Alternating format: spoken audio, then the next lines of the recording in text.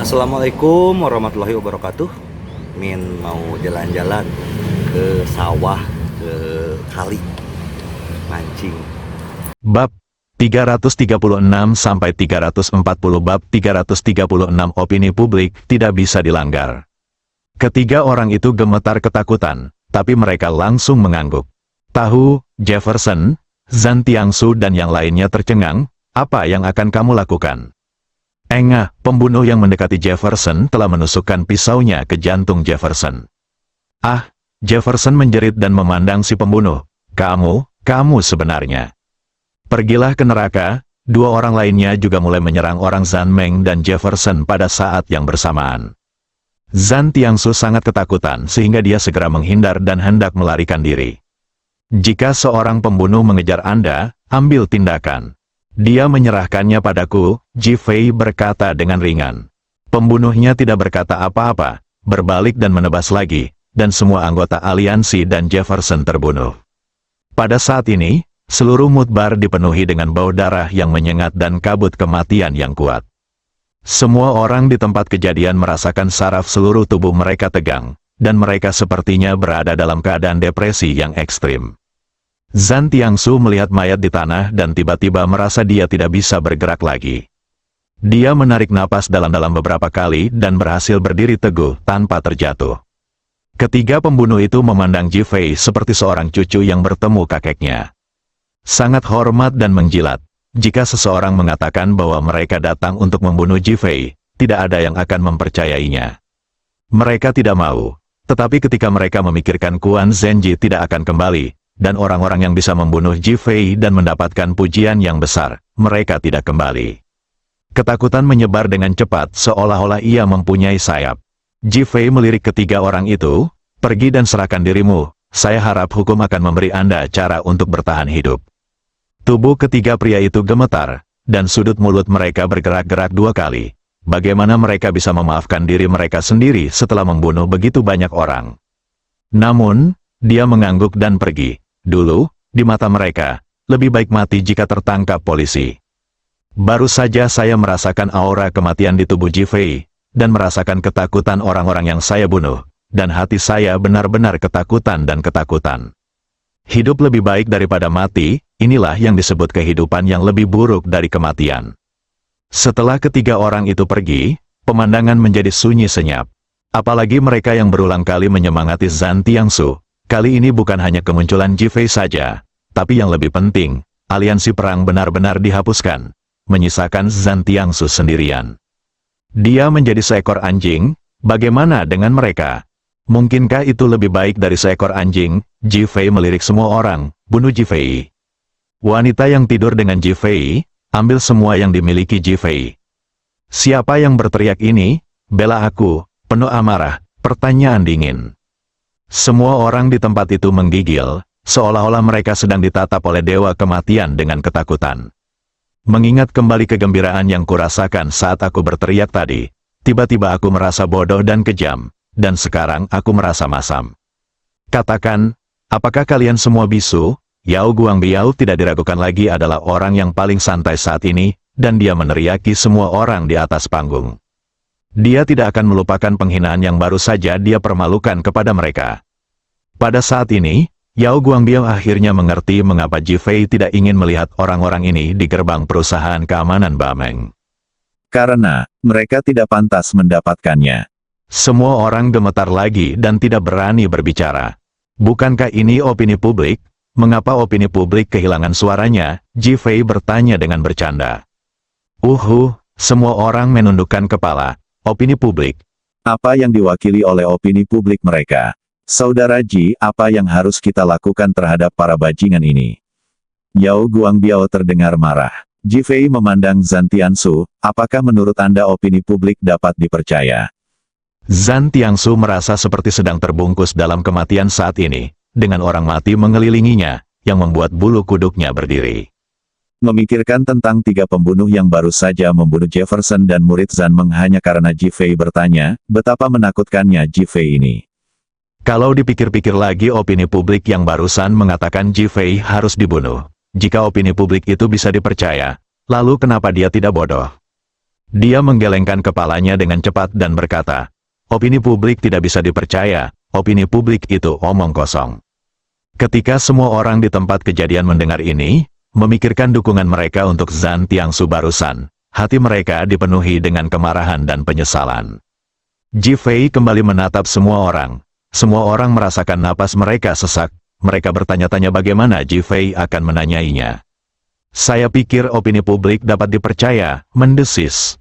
Semua orang tersentak dan menatap Ji Fei, penuh kejutan. Apakah kamu ingin membunuhnya? Apakah Anda akan mencuri wanitanya? Apakah Anda ingin mengambil hartanya? Yao Guangbiao dan yang lainnya juga dibuat bingung oleh Ji Fei. Ji Fei kemudian berbicara perlahan, menurutmu bagaimana Zhan Tiangsu akan menanganinya? Ledakan, semua orang di tempat kejadian terdiam di tempat, dan kemudian mereka semua terkejut. Sudah mengerti, ini meminta mereka untuk menangani Zhan Tiangsu secara kolektif, dan ini meminta opini publik. Hati Zhan Tiangsu mencelos. Sekarang dia adalah burung phoenix yang tidak cocok, lebih buruk dari seekor ayam. Kalaupun menurutnya opini publik tidak bisa dipercaya dan opini publik itu tidak masuk akal, opini publik pasti akan sangat membencinya. Putus asa, takut, seolah menunggu putusan. Bunuh Zhan Tiangsu, pria lain berteriak dengan tajam, dan kemudian bunuh Zhan Tiangsu, teriakan bergema di seluruh mudbar. Zhan Tiangsu memandangi murid-murid aliansi yang terbunuh di sebelahnya, hatinya benar-benar dingin, tetapi dia masih memandang semua orang dan mengancam, aku akan membunuhmu. Dia harus berdiri tiba-tiba, patah, tangan Ji Fei menepuk pundaknya, dan tubuh Zhan Tiangsu terhenti sejenak, lalu seluruh tubuhnya menjadi sedikit kaku. Berdebar, kaki saya sangat lemah sehingga saya tidak bisa bergerak sambil berlutut di tanah. Ji Fei tersenyum, Zhan Tiangsu, apakah kamu ingin menentang opini publik? Zhan Tiangsu melotot dengan marah, Ji Fei, apakah kamu mempermainkanku? Berjuang untuk berdiri, dia tiba-tiba menemukan bahwa tubuhnya telah kehilangan kesadaran. Ji Fei mengangguk, kamu benar, aku hanya bermain denganmu, aku bermain denganmu terakhir kali. Dan kali ini aku akan bermain denganmu lagi. Anda, Zhan Tiangsu merasa paru-parunya akan meledak, dia dipermainkan lagi dan seluruh tubuhnya gemetar. Ji Fei menoleh ke arah penonton, opini publik adalah membunuh Zhan Tiangsu, kan? Ya, pria itu berteriak lagi. Ji Fei mengerutkan kening, melengkungkan sudut mulutnya, melirik ke panggung, dan melihat ke belakang, oke, saya menghormati opini publik. Panggilan. Semua orang menghela nafas lega. Saat ini, bagi mereka, Zhan Tiangsu sudah mati jika dia mati. Mereka tidak bisa lagi hanya menjadi orang yang diam saja, jika tidak maka nyawa mereka akan dalam bahaya. Menatap Ji Fei, berharap bisa membunuhnya langsung dengan pedang di tangan, dan kemudian mereka juga bisa menjadi saksi pembunuhan Ji Fei.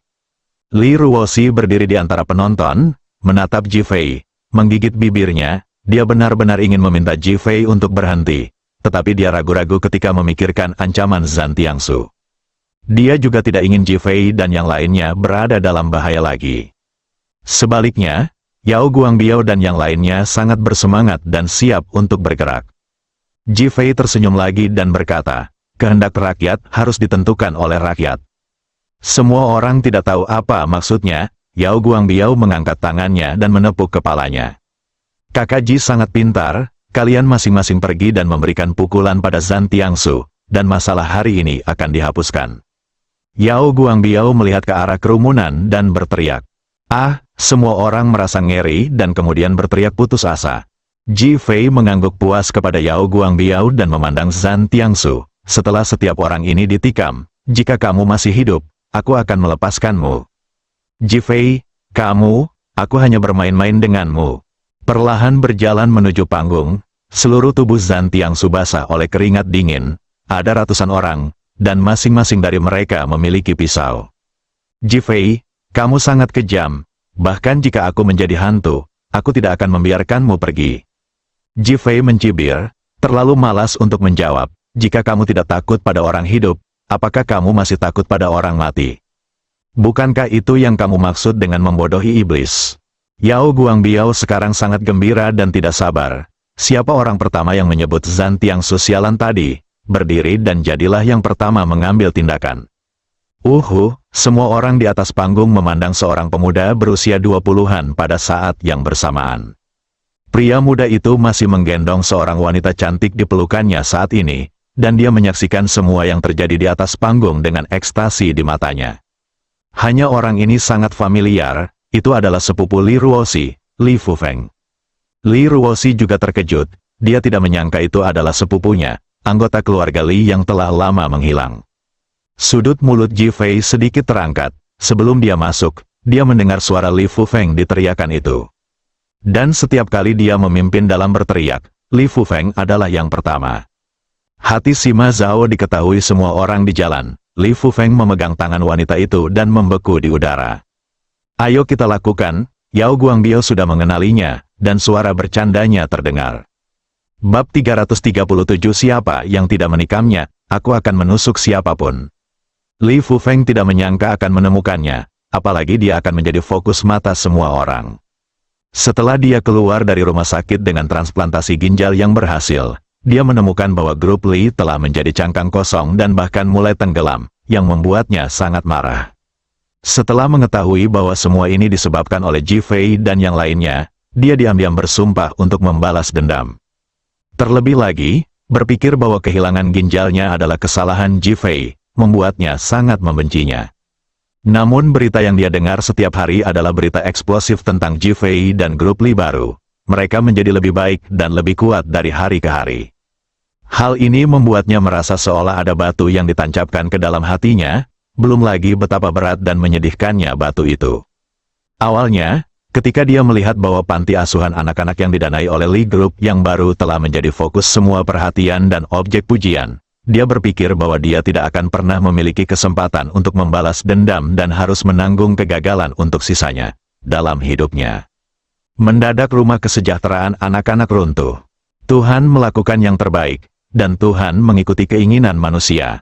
Yang paling membuatnya bersemangat adalah kenyataan bahwa Ji Fei ditembaki dan hampir mati di tempat. Namun, meski begitu, dia tidak berani sombong. Bagaimanapun, ada perusahaan keamanan Bameng, dan Yao Guangbiao serta yang lainnya bukanlah tantangan yang mudah. Oleh karena itu, ia masih terbengkalai, bahkan setiap hari mendoakan kematian Ji Fei. Zhan Tiangsu keluar, dan pertarungan hidup dan mati ini memberinya harapan.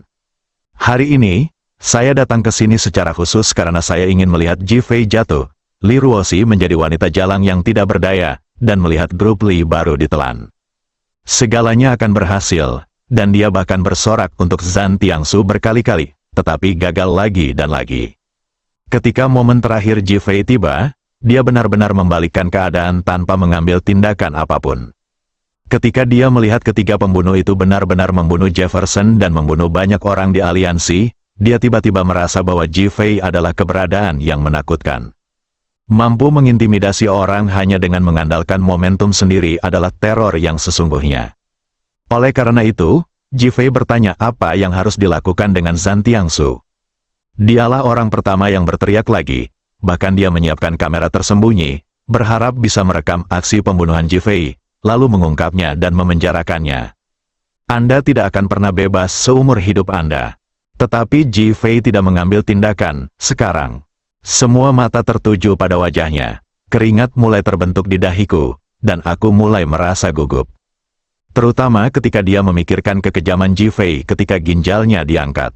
Takut, ratusan pasang mata tertuju padanya, membuatnya merasa seperti sedang terpanggang di atas api.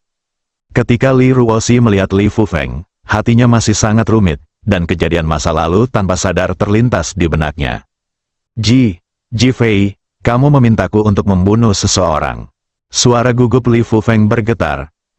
Semua orang memandang Ji Fei. Di kota Ninghai, kebanyakan orang dengan tingkat pengetahuan tertentu tahu tentang urusan keluarga Li. Melihat kembali penampilan Li Fufeng hari ini, itu menegaskan semua ini. Semua orang ingin melihat bagaimana Ji Fei akan menanganinya. Sudut bibir Ji Fei terangkat. Li Fufeng, kamulah yang berteriak untuk membunuh Zhan Tiangsu, dan ini adalah sesuatu yang dapat dibuktikan oleh semua orang yang hadir. Li Fufeng menggelengkan kepalanya. Aku hanya berteriak dengan santai, bukan?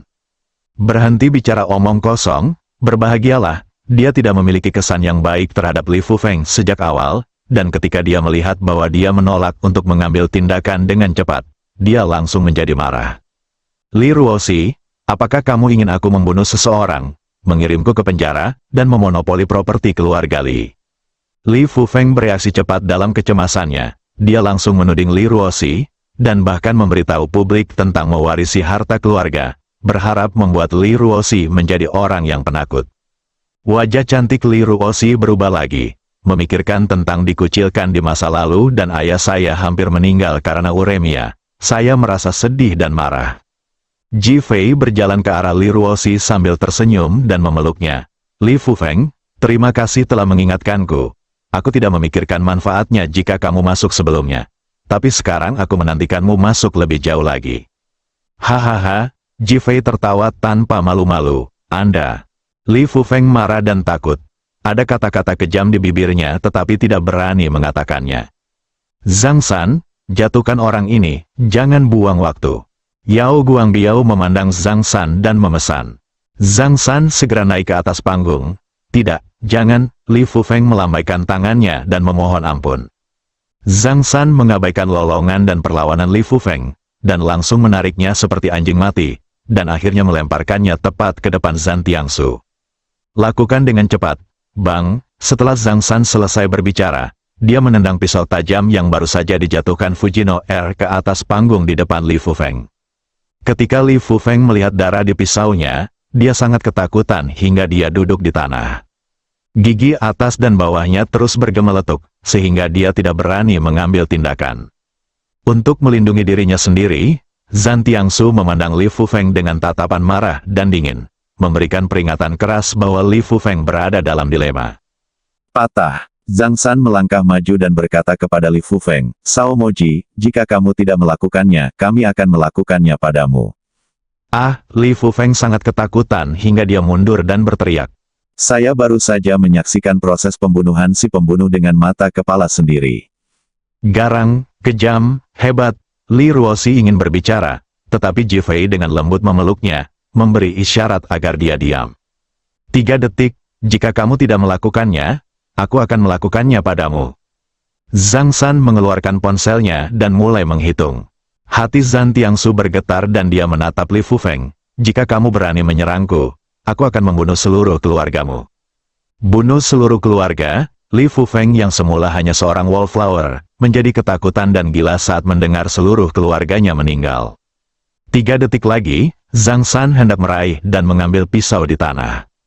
Li Fufeng tidak ingin mati. Saya tidak ingin membunuh seluruh keluarga saya. Dia berteriak, membungkuk untuk mengambil pisau di tanah, dan menusuk perut bagian bawah Zhan Tiangsu dengan keras. Terdengar suara seperti balon tertusuk disusul dengan jeritan yang menyedihkan. Mata Zhan Tiangsu melebar karena marah, dan dia melihat pisau yang dipegang Li Fufeng di dadanya. Tidak percaya, menakjubkan, mendesis. Ada suara terengah-engah ngeri di tempat kejadian. Tidak ada yang menyangka Li Fufeng akan benar-benar mengambil tindakan, dan itu merupakan pukulan berat. Tak terduga dan di luar imajinasi. Hahaha. Ji Fei tidak bisa menahan tawa. Adegan yang awalnya menyedihkan menjadi lebih menyedihkan, dan semua orang memandang Ji Fei, bertanya-tanya apa yang sedang terjadi.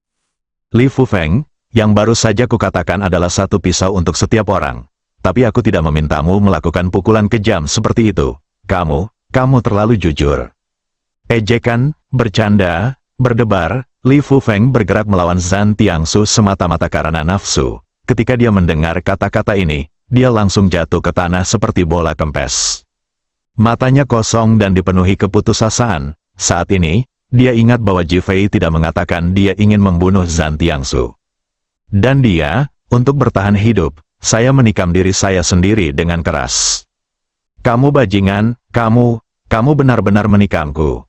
Berdebar, Zhan Tiangsu jatuh ke tanah. Ia sendiri merasa dirinya adalah seorang pahlawan, bahkan ia merasa dirinya adalah makhluk yang dihormati semua orang. Tanpa diduga, ia diperankan oleh Ji Fei sebanyak 2 kali. Pada akhirnya, separuh hidupnya ditusuk oleh pecundang tersebut. Penghinaan, tidak mau menyerah, amarah, Li Fufeng duduk di tanah, diam. Mata Zhang San bersinar terang dan dia memandang orang lain yang sudah terlihat bodoh. Ayo, berikutnya kamu. Ledakan, semua orang merasa seluruh tubuh mereka dipenuhi kegembiraan. Siapapun yang tidak menikamnya, aku akan menikamnya. Li Fufeng mengira perilakunya merupakan kejahatan serius dan dia harus mencari seseorang untuk menemaninya. Setiap orang. Bab 338 Serangan Kamar Mandi. Setengah jam kemudian, mood bar benar-benar kosong. Hanya Yao Guangbiao, Zhang San, dan lainnya yang tersisa. Ji Fei dan Li Ruoxi pergi sebelum orang lain mengambil tindakan. Tentu saja, Li Ruoxi tidak bisa membiarkan Li Ruoxi melihat adegan berdarah seperti itu, dan yang lebih penting, dia khawatir dengan cedera Phoenix. Li Fufeng adalah orang terakhir yang pergi. Dia pergi setelah melihat pisau semua orang menembus tubuh Zhan Tiangsu. Saat ini, di luar mood bar, mobil mewah tersebut masih terparkir di tempat parkir. Namun orang-orang di dalam mobil mewah tersebut terus-menerus menyeka darah di tangan mereka dengan tisu dan tisu basah. Hati mereka masih gelisah, ingin muntah ketika memikirkan adegan berdarah itu, dan diliputi ketakutan ketika memikirkan kebrutalan saat mereka mengambil tindakan. Saat ini, mereka tahu bahwa di kota Ninghai, mereka tidak lagi memiliki modal untuk mengkhianati Ji Fei dan Yao Guangbiao. Saat ini, mereka tahu bahwa di kota Ninghai, tidak ada cara untuk mundur. Jika terakhir kali saya memberikan uang dan menyumbangkan uang ke panti asuhan, masih ada jalan keluar. Jadi serangan hari ini terhadap Tiangsu telah sepenuhnya memutus jalannya sendiri dan tidak ada cara untuk kembali. Hati sedih dan penuh sikap mencela diri sendiri. Mereka pernah mendapat kesempatan, bahkan ingin merayakan berdirinya perusahaan keamanan Bameng. Namun, mereka tidak tulus. Sekarang, mengingat kembali hal itu sangatlah lucu. Ternyata Ji Fei sudah melihatnya dengan jelas. Jika Anda melakukan kejahatan Anda sendiri, Anda tidak akan hidup. Mereka dulunya menyombongkan diri sebagai orang kaya, dan terpandang. Namun kini mereka juga menjadi pembunuh. Sekalipun pisau yang membunuh Zhan Tiangsu bukan disebabkan langsung olehnya, dia tetap bertanggung jawab. Mulai sekarang, mereka tidak bisa hidup sendiri. Mengapa? Di mood bar, Yao Guangbiao menghela nafas. Kesenjangan antara kita dan saudara Ji masih terlalu besar. Zhang San dan yang lainnya tampak kaget. Mengapa Tuan Yao begitu emosional? Saudara Ji sama sekali tidak ingin membunuh Zhan Tiangsu. Yao Guangbiao tiba-tiba menyadari ketika dia melihat ke arah Zhan Tiangsu, yang penuh dengan luka pisau dan pendarahan. Dokter Yao, bagaimana ini mungkin? Bukankah baru saja terjadi? Zhang San ingin mengatakan bahwa Ji Fei memintanya untuk menggunakan pisau itu. Li Fufeng adalah seorang pengecut dan terluka parah pada Zhan Tiangsu. Mereka yang mengikutinya gugup dan takut. Faktanya, di mata saudara Ji, Zhan Tiangsu bukanlah manusia sama sekali. Jika tidak, dia akan terbunuh terakhir kali. Ini, semua orang mengira Ji Fei mengatakan bahwa dia baru saja bermain-main dengan Zhan Tiangsu, dan tiba-tiba berpikir keras. Kakak Ji, ini sungguh tak terduga, di dalam mobil. Zhan Tiangsu meninggal seperti ini. Apakah semuanya akan terjadi? Li Ruoxi memandang Ji Fei yang sedang mengemudi dan bertanya dengan gelisah. Ji Fei menjawab sambil tersenyum saat mengemudi. Apakah Zhan Tiangsu meninggal? Apakah ini ada hubungannya dengan kita? Li Ruoxi, dia menatap Ji Fei dengan pertanyaan di wajahnya. Dia seperti itu ketika dia pergi, bagaimana mungkin dia tidak mati? Ji Fei melihat ke depan dan berkata, saya tidak ingin Zhan Tiangsu mati, orang-orang dari Ninghai lah yang ingin Zhan Tiangsu mati. Li Ruoxi terkejut lagi. Setelah beberapa lama, apakah Anda mengatakan bahwa orang-orang di kota Ninghai ingin dia mati dan kemudian ingin berlindung bersama kami? Mulut Ji Fei menunjukkan ekspresi jijik, sekelompok sampah, bagaimana kita bisa menyukai mereka? Li Ruoxi tiba-tiba merasa bahwa Ji Fei adalah sesuatu yang misterius baginya dan dia tidak dapat memahami Ji Fei ketika dia bangun. Merekalah yang mengetahui kesalahan mereka dan mengetahui bahwa mereka bukanlah manusia kecuali mereka membunuh Zhan Tiangsu. Itu sebabnya mereka ingin membunuh Zhan Tiangsu. Dalam analisis terakhir, Zhan Tiangsu mati di tangannya sendiri. Ini, Li Ruoxi mengerutkan kening dan bertanya. Karena dia tidak cukup kuat, Li Ruoxi terdiam lama, apa yang harus kita lakukan selanjutnya? Memikirkan apa yang terjadi beberapa hari terakhir, hati Li Ruoxi sangat rumit, dan dia merasakan kekhawatiran dan ketakutan yang tidak dapat dijelaskan. Jefferson sudah mati, Zhan Tiangsu sudah mati, sekarang Ninghai ini mungkin akan lebih menarik. Memikirkan aturan 10 tahun dan 5 tahun, wajah Jifei tiba-tiba menunjukkan ketertarikan yang lebih besar.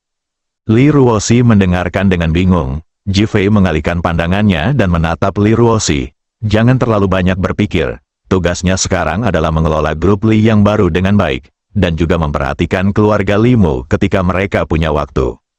Ada apa? Apa yang kamu maksud dengan keluarga Liku? Li Ruoxi sengaja berpura-pura marah. Jifei tidak memperhatikan.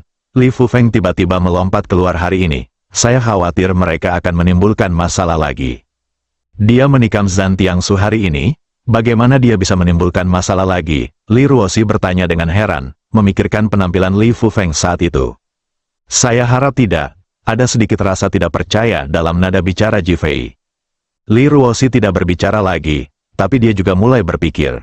Dia sangat menyadari keserakahan kakek dan pamannya. Apa yang harus dia lakukan jika hal itu muncul lagi? Jika itu terjadi di masa lalu, dia tidak akan mempertimbangkan hal ini. Tapi sekarang, setelah Jifei mengalami hidup dan mati ini, dia tidak membiarkan siapapun menyakiti hati Jifei. Agak menyedihkan di dalam mobil, mereka berdua tidak menyadari bahwa Phoenix, yang berbaring di kursi belakang, bergerak sedikit, dan ada kilatan rasa sakit dan kebencian yang tak terlukiskan di matanya. Dia sudah bangun, mendengarkan, jadi itu menyakitkan. Sakit, sangat menyakitkan, rumah sakit Pok Oi. Qi Yuan baru saja membalut lengan Hu Sueyao. Meskipun lukanya dalam dan parah, Hu Sueyao bertindak sangat kuat dan tidak meneteskan air mata. Sepertinya dia telah melakukan sesuatu yang hebat, membuatnya merasa bahagia baik secara fisik maupun mental. Saat Sui Muhan diam-diam mendesah atas keberuntungan Jifei, Tong Tong berteriak, "Bu, saya harus pergi ke toilet." "Oke, aku ikut denganmu." Sui Muhan dengan cepat memulihkan pikirannya dan berjalan keluar bersama Tong Tong. Qi Yuan ingin berdiri dan mengikutinya, tapi dia pikir dia akan pergi ke toilet, dan itu adalah toilet wanita, jadi dia tidak pergi bersama. Tong Tong dan ibunya segera datang ke toilet dan masuk. Jifei terbangun, membuat Sui Muhan terlihat lebih santai, dan berkata sambil tersenyum, "Tong Tong, tolong pelan-pelan." "Aku sedang terburu-buru," teriak Tong Tong keras. Pada saat ini, seorang wanita di toilet mendengar mereka berdua, dan cahaya dingin keluar. Saat Sui Muhan lewat di dekatnya, pintu toilet yang tertutup tiba-tiba terbuka dan mengenai punggung Sui Muhan. Jika Sui Muhan mengelak, dia akan memukul Tong Tong, jadi dia hanya bisa memblokirnya dengan backhand-nya.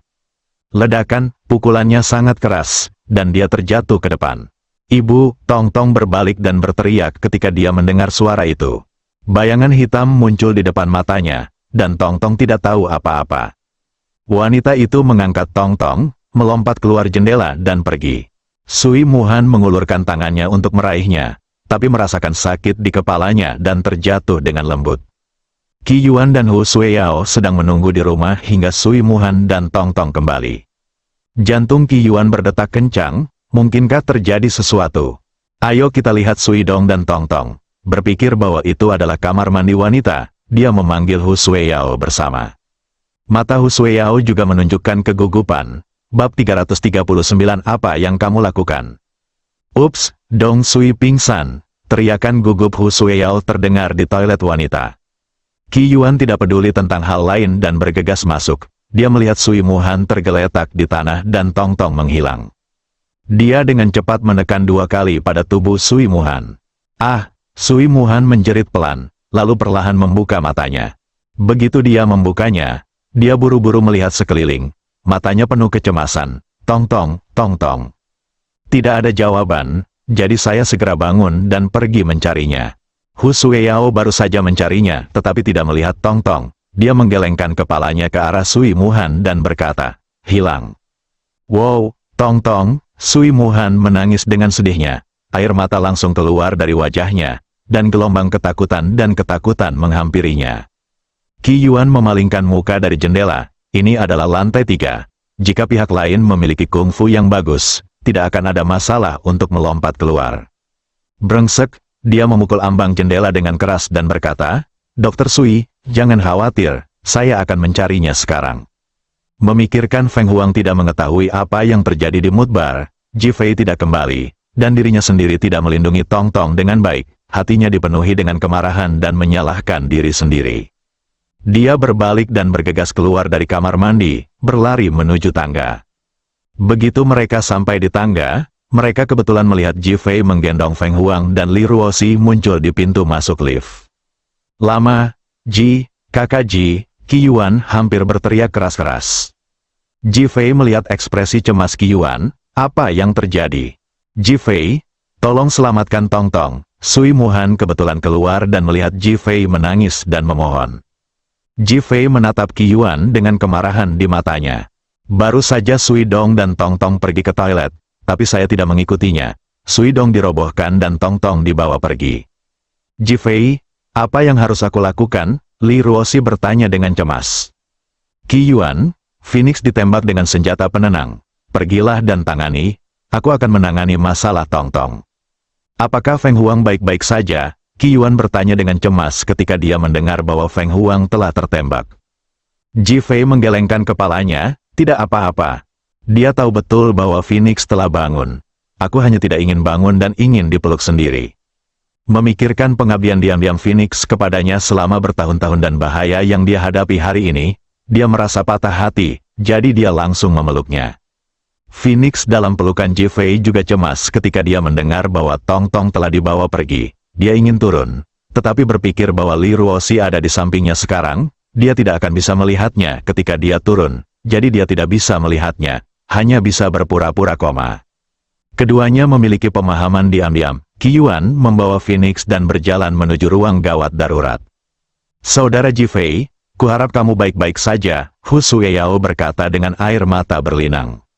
Sueyao, ada apa dengan lenganmu? Li Ruoxi melihat luka itu dan melangkah maju untuk bertanya dengan prihatin. Selamatkan lukaku, kamu bisa bertanya lebih banyak lagi nanti. Tuan Sui, ikutlah ke toilet bersamaku. Setelah Ji Fei selesai berbicara, dia berjalan menuju toilet wanita. Segera, ketika mereka sampai di toilet wanita, Sui Muhan menceritakan situasinya. Setelah Ji Fei mendengarkan dengan cermat, alisnya berkerut. Ini bukanlah perilaku yang disengaja dari pihak lain. Karena jika kamu ingin menculik Tong Tong, kamu tidak akan bersembunyi di sini lagi pula, tidak ada yang bisa meramalkan bahwa Tong Tong akan datang ke toilet. Maka hanya ada satu kemungkinan, kenalan, Direktur Sui, bisakah Anda mengetahui dari lubang mana orang itu berasal? Ini, Sui Muhan menunjuk langsung ke yang dekat pintu. Tong Tong baru saja masuk, dan aku mengikuti dari belakang. Lalu pintu toilet tiba-tiba terbuka, menjatuhkanku dan membuatku pingsan. Teriakan Tong Tong setengah terhenti. Ji Fei mengangguk, berjalan ke lubang, dan berjongkok. Ketiga wanita itu tercengang. Apa ini? Li Ruoxi semakin tersipu. Tidak apa-apa jika Ji Fei melakukannya di depannya. Sekarang, betapa memalukannya mengamati seperti ini di depan Sui Muhan dan Hu Sueyao. Ji, kakak Ji Fei, kamu baik-baik saja? Nada suara Hu Sueyao penuh godaan. Mungkinkah dia terluka dan otaknya rusak? Tidak apa-apa untuk tidak bertanya. Saat ditanya, Ji Fei justru memungut tempat sampah berisi kertas. Ketiga wanita itu benar-benar terdiam, apalagi saat mereka melihat bidadari berdarah di atas ember. Ini memalukan sekali. Li Ruoxi sangat malu sehingga dia ingin mencari celah di tanah dan merangkak masuk. Ji Fei menarik napas dalam-dalam, lalu meletakkan tempat sampah, dan berdiri dengan ekspresi cemberut di wajahnya. Namun, melihat ekspresi ketiga wanita itu, saya tahu bahwa apa yang baru saja saya lakukan terlalu tidak normal. Sambil menggaruk kepalanya malu-malu, aku tidak punya ide lain. Dahi, tidak apa-apa jika saya tidak mengatakan ini, tetapi akan lebih canggung jika saya menyebutkan ketiga wanita tersebut. Kalau kamu punya gambaran tentang sayap berdarah, rasa apa yang akan kamu pilih? Semua mata tertuju pada Li Ruoxi. Wajah Li Ruoxi memerah dan panas, seperti buah ceri merah yang matang.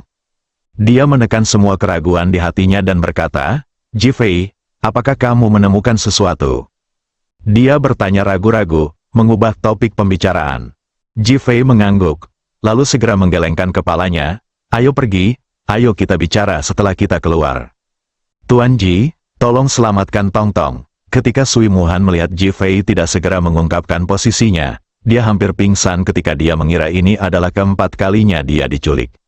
Ji Fei menghiburnya, jangan khawatir, Tong Tong bukanlah fase yang berumur pendek, dan selama saya di sini, saya pasti akan menemukan cara untuk menyelamatkan Tong Tong. Sui Muhan merasakan kepercayaan diri Ji Fei dan merasa tenang di hatinya. Setelah keluar, Ji Fei mencuci tangannya sampai bersih dan keluar dari toilet. Mendengar langkah kaki beberapa orang, Feng Huang dan Qi Yuan keluar dari ruang gawat darurat. "Phoenix, kamu baik-baik saja?" "Bagus sekali." Li Ruoxi dengan gembira melangkah maju dan meraih tangan Feng Huang. Senyuman canggung muncul di wajah Feng Huang, keterampilan medis Qi Yuan bagus. Qi Yuan tersenyum diam-diam di dalam hatinya, itu jelas karena kemampuan aktingmu yang bagus. Karena dia tahu Tong Tong telah dibawa pergi, Feng Huang segera duduk setelah masuk. Qi Yuan tentu saja, dia diperingatkan oleh Feng Huang untuk tidak memberitahu siapapun. Qi Yuan setuju, tapi dia yakin Ji Fei pasti tahu. "Kakak Ji, apakah kamu menemukan sesuatu?" Ji Fei menggelengkan kepalanya, tapi menatap Qi Yuan. Qi Yuan segera menyadari bahwa Ji Fei sudah tahu siapa yang melakukannya. Mengepalkan tangannya, "Aku harus menemukan Tong Tong dan membunuh para bajingan itu." Feng Huang memandang Ji Fei. "Seseorang ingin membunuhmu. Itu ramalan Tong Tong." Ketika dia bertemu Dekan Zhou di sini, dia terus mengatakan bahwa Dekan Zhou bukanlah orang baik, dan dia juga mengatakan bahwa Dekan Zhou akan menyerangnya selanjutnya. Sui Muhan tiba-tiba teringat kejadian ini dan segera mengangguk, "Ya, ini masalahnya." Meskipun Li Ruoxi mendengarnya pada saat itu, dia tidak akan pernah mempercayainya, karena di matanya, Dekan Zhou itu adalah lelaki tua yang baik hati dan penyayang yang mencintai anak-anaknya dari lubuk hatinya. Bagaimana dia bisa mengancam anak-anak? Dia memandang Ji Fei. Kemarahan melonjak di hati Ji Fei. Dia baru saja mencium aroma Dekan Zhou dari napasnya, dan itu adalah aroma terkuat di antara semua aroma. Ini berarti Dekan Zhou adalah orang terakhir yang meninggalkan lubang itu. Kata-kata Feng Huang dan ramalan Tong Tong membuatnya yakin bahwa dialah pelakunya. Jejak emosi terakhir terhadap Dekan Zhou telah hilang. "Apa yang kamu lakukan?" Suara Dekan Zhou datang dari salah satu ujung koridor. Bab 340. Tertipu. Semua orang memandang Dekan Zhou. Tidak ada yang mengira Dekan Zhou akan muncul saat ini. Ekspresi Sui Muhan juga berubah drastis, dan dia tanpa sadar menatap Ji Fei. Tangan Qi Yuan terkepal erat. Ji Fei sudah bangun, hebat.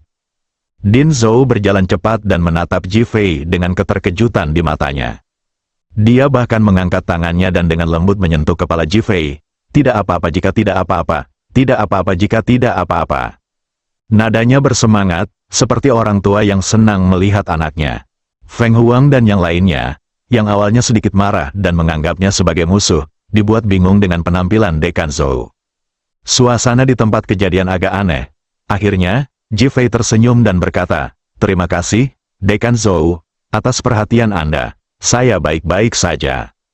Matanya menyapu tubuh Din Zhou. Ada bekas warna hijau di pakaiannya, dan ada lumpur basah di sol sepatunya. Dalam hatinya, dia semakin yakin bahwa dialah yang melakukannya. Namun, Ji Fei benar-benar tidak mengerti mengapa Dekan Zhou melakukan hal seperti itu padahal dia jelas-jelas adalah direktur panti asuhan anak-anak dan sosok seperti bodhisattva dengan penuh kasih sayang. Bingung, semua orang melihat Ji Fei. Jika dia tidak berbicara, mereka tidak bisa bergerak. Ekspresi wajah Ji Fei kembali normal. "Din Zhou, saya khawatir pembangunan panti asuhan anak-anak selanjutnya akan melambat. Apa rencanamu?"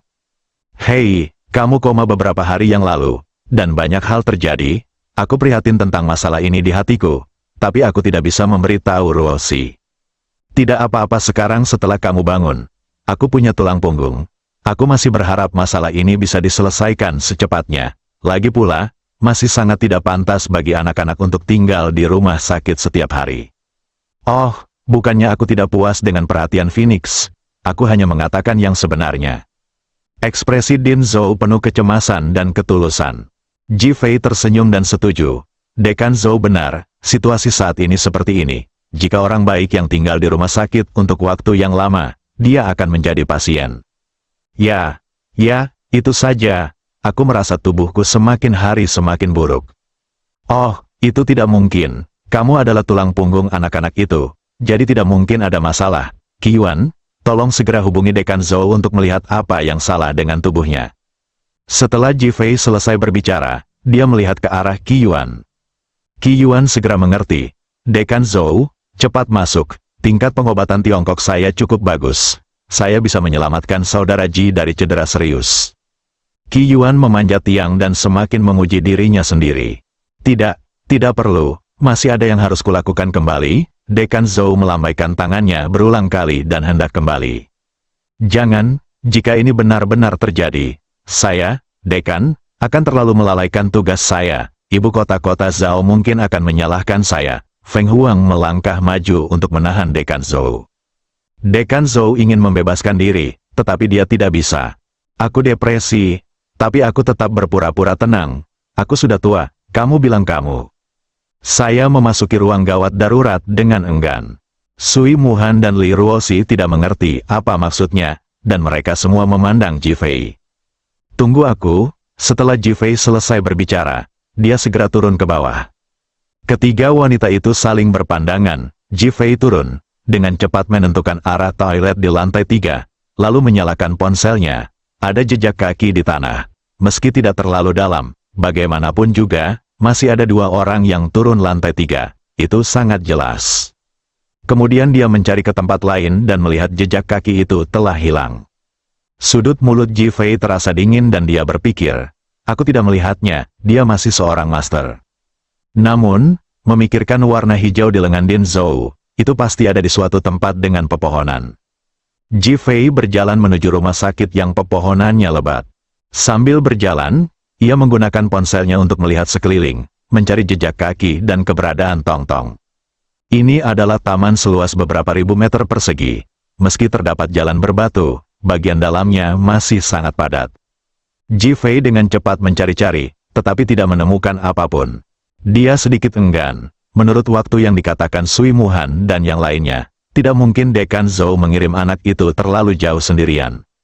Saat dia hendak mencari lagi, dia tiba-tiba mendengar langkah kaki. Matikan senter dengan cepat. Kemudian 2 orang berpakaian hitam masuk dengan cepat, lalu dengan cepat berjalan ke pohon yang tinggi. Ini dia. Setelah salah satu dari mereka selesai berbicara, yang lain mulai memanjat pohon tersebut. Ji Fei mendongak dan menemukan tas hijau tergantung di dahan pohon. Karena pencahayaan yang buruk di malam hari, sangat sulit untuk menemukannya. Dia benar-benar lega dan melihat kedua orang itu menurunkan tasnya. Kenapa berat sekali? Salah satu dari mereka tidak bisa menahan diri untuk tidak bergumam. Siapa tahu, cepat ambil. Setelah mengatakan itu, kedua orang itu membawa tas dan segera berjalan keluar. Ji Fei mengikuti dengan tenang, dan keduanya segera mengambil mobil dan memasukkan tas ke dalam mobil. Dan Ji Fei sudah mengikuti dengan tenang di mobilnya. Mereka berdua tidak tahu apakah itu karena kecerobohan, tetapi mereka tidak memperhatikan Ji Fei mengikuti mereka, dan langsung berkendara ke pinggiran kota. Ketika mobil berhenti, Ji Fei mendongak dan melihat bahwa itu adalah bangunan yang ditinggalkan, tetapi dia tidak tahu zaman apa itu. Saat dia memikirkan tentang apa yang akan dilakukan kedua orang itu, lampu di tempat parkir bawah tanah gedung yang belum selesai tiba-tiba menyala. Lalu pintu dibuka perlahan, dan kedua orang itu masuk ke dalam. Ji Fei terkejut. Dia tidak menyangka tempat parkir bawah tanah yang ditinggalkan ini sebenarnya memiliki pintu masuk ini. Dia segera memarkir mobilnya di samping, lalu menemukan satu set pakaian dari mobil dan memakainya, melepas baju rumah sakit, lalu diam-diam berjalan menuju tempat parkir bawah tanah. Sepanjang jalan, ada pengawasan di mana-mana dan pengelolaannya sangat ketat. Ji Fei mengelak sebelum berhasil mengelak. Ketika dia sampai di pintu penutup tempat parkir bawah tanah, dia sedikit bingung. Dia tidak bisa masuk tanpa membuka pintu. Saat itu, lampu mobil tiba-tiba menyala di kejauhan. Ji Fei dengan cepat menghindar, dan tak lama kemudian mobil lain masuk. Pintu penutup bergulir terbuka dan mobil masuk. Saat pintu penutup bergulir diturunkan, Ji Fei melompat dan terbang mendekati tanah. Tidak ada cahaya terang di dalam seperti yang dia bayangkan. Sebaliknya, keadaan masih gelap. Ji Fei mengandalkan matanya dan berjalan masuk. Dia segera menemukan mobil yang baru saja dia ikuti dan membukanya dengan hati-hati. Melihat sekeliling, keadaannya gelap gulita. Di mana ini? Di manakah lokasinya? Tepat ketika Ji Fei sedang menebak-nebak di dalam hatinya, tiba-tiba terjadi ledakan. Semua lampu di seluruh tempat parkir bawah tanah menyala. Dan tiba-tiba hari terasa seperti siang hari. Karena lampu tiba-tiba menyala, Jifei tidak bisa membuka matanya. Ketika dia sudah terbiasa dan membukanya, tempat parkir itu penuh dengan orang, berjumlah 50 atau 60. Masing-masing memegang parang dan pipa baja di tangan mereka. Semuanya memandang Jifei. Sedingin es, ejekan, bercanda, tertipu, bersambung.